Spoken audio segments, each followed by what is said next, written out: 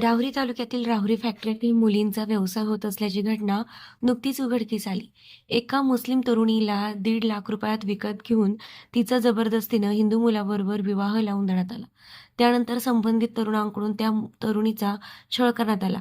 त्या छळाला कंटाळलेल्या तरुणीने राहुरी पोलीस ठाण्यात धाव घेऊन न्याय देण्याची मागणी केली आहे. राहुरी तालुक्यातील राहुरी फॅक्टरी येथे एक 22 वर्षीय तरुणीच्या तिच्या कुटुंबासह राहते.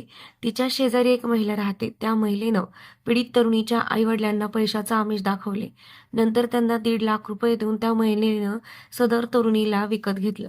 सदर महिलेनं सुमारे 8 महिन्यांपूर्वी सटाणा तालुक्यातील तळवडे येथील एका हिंदू तरुणाबरोबर पीडित मुलीचा जेजुरी येथे जबरदस्तीनं विवाह लावून दिला.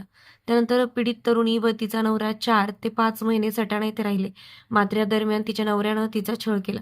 त्यानंतर ते दोघे राहुरी फॅक्टरी येथे येऊन राहिले. काही दिवसांपूर्वी पीडित तरुणीचा नवरा तिला सोडून निघून गेला. या दरम्यान पीडित तरुणीनं नवऱ्याकडे सोडचिठ्ठी देण्याची मागणी केली. मात्र मी पैसे देऊन तुझ्याबरोबर लग्न केलं आहे. अगोदर माझे पैसे दे, नंतर तुला सोडचिठ्ठी देतो, असं त्यानं सांगितलं. पीडित तरुणीचा छळ झाल्याचं पाहून एका महिलेनं तिला धीर दिला.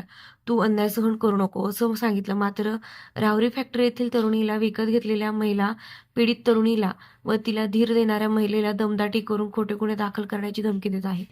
पीडित तरुणीनं या छळास कंटाळून आज 20 सप्टेंबर 2024 रोजी राहुरी पोलीस ठाण्यात धाव घेतली. तिचा आई वडील, नवरा व मुलींचा व्यवसाय करणाऱ्या राहुरी फॅक्टरी येथील त्या महिलेवर कारवाई करण्याची मागणी केली. तरुण मुलींचा खरेदी विक्री होत असल्याची घटना प्रथमच राहुरी तालुक्यात उघडकीस आली. या घटनेत एजंट लोकांचे मोठे रॅकेट असण्याची शक्यता वर्तवली जाते. याबाबत राहुरी पोलीस प्रशासन काय कारवाई करणार, तसेच मुलींचा व्यवसाय करणारी राहुरी फॅक्टरी येथील त्या महिलेवर काय कारवाई होणार, याचीच चर्चा तालुक्यात सुरू आहे. SRB न्यूजसाठी राजेंद्र उंडे, राहुरी. माझं वय 22 वर्ष आहे. मनीषा लोखंडेची एक बाई आहे. तिने नाही का माझ्या घरच्यांना लालच दिला की मुलगा चांगला आहे, नोकरीला आहे, असं तसं. मग माझ्या घरच्यांना 1.5 लाख रुपये दिले, पैसे दिले.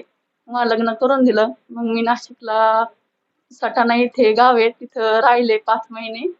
मग तो मुलगा काय नीट नाही ना, तिथं बी कामाला जात नव्हता, काय नव्हता. आई बाबाच्या जीवावर खायचा. मग मी त्याला म्हणलं की आमच्या घरी चल. मग त्याला मी आमच्या घरी घेऊन आले आणि मग त्याला इथं कामाला लावलं तर तो लोकांचे दारूचे उष्टेगाला घेत होता. मग ते झालं. मग माझी मग एक फ्रेंड होती, मी ती संग कामाला जायचे का म्हणत की ही कामाला जात नव्हता, त्याच्यामुळं मग मी ती संग कामाला जायचे. तर मग तो त्याच्या मम्मी पप्पाच्या घरी गेला निघून. राग पसारा आणला होता तो घेऊन गेला. आणि मग माझ्या मम्मी पप्पाचे कान भरीत होता की ती मुलगी वाईफट वागती, असं तसं.